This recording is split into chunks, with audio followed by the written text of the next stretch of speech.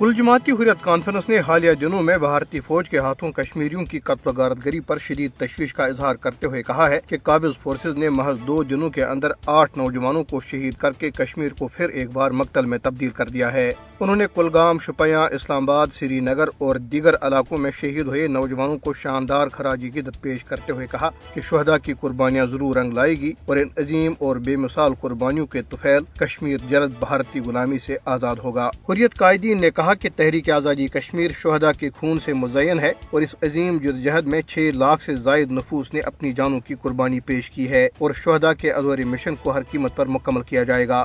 غیر قانونی طور پر بھارت کے زیر قبضہ جموں کشمیر میں بھارتی فوجیوں نے مختلف علاقوں میں محاصرے اور تلاشی کی پرتشدد کارروائیاں جاری رکھی۔ فوجیوں اور پیراملٹری فورسز کے اہلکاروں نے مسلسل 5ویں روز بھی ضلع کلگام کے علاقے مشی پورہ میں تلاشی کی کارروائیاں جاری رکھی۔ فورسز کے اہلکاروں نے مشی پورہ کے تمام داخلی اور خارجی راستوں کو بند کر رکھا ہے، جس سے مقامی لوگوں کو شدید مشکلات کا سامنا ہے اور علاقے میں خوف و ہراس کا ماحول پیدا ہوا ہے۔ اس سے قبل اسی علاقے میں بھارتی قابض فورسز نے 2 نوجوانوں کو شہید کر دیا تھا۔ قابض فوجیوں نے سری نگر، اسلام آباد، کپواڑہ، بارامولہ، بانڈی پورہ، بڈگام، کپواڑہ، ڈوڈا، پونچھ اور راجوری اضلاع میں مختلف مقامات پر کارروائیاں جاری رکھی۔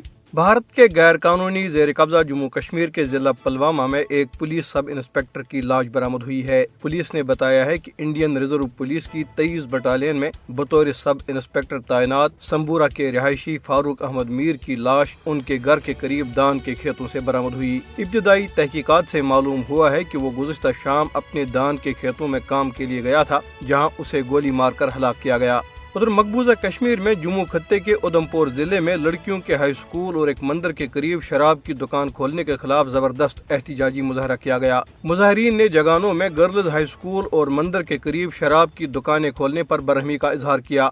ادھر سوپور میں طالبات نے بھارتی حکمران بھارتیہ جنتا پارٹی کے رہنماؤں نوپور شرما اور نوین جندال کے گستاخانہ بیانات کے خلاف پرامن احتجاجی مظاہرہ کیا۔ احتجاج کرنے والی طالبات نے اسلام کے حق میں نعرے لگائے۔ انہوں نے پیغمبر اسلام صلی اللہ علیہ وسلم کے بارے میں توہین آمیز ریمارکس کے لیے BJP قائدین کی مذمت کی اور ان کے خلاف سخت کارروائی کا مطالبہ کیا۔ تعمیرات، اقلیتی مسائل اور مذہب کی آزادی کے لیے اقوام متحدہ کے 3 خصوصی نمائندوں نے نریندر مودی کی بھارتی حکومت کو ایک خط لکھا ہے، جس میں مسلمانوں کے مکانات اور دیگر املاک کی مسماری کے خلاف سخت احتجاج کیا گیا ہے۔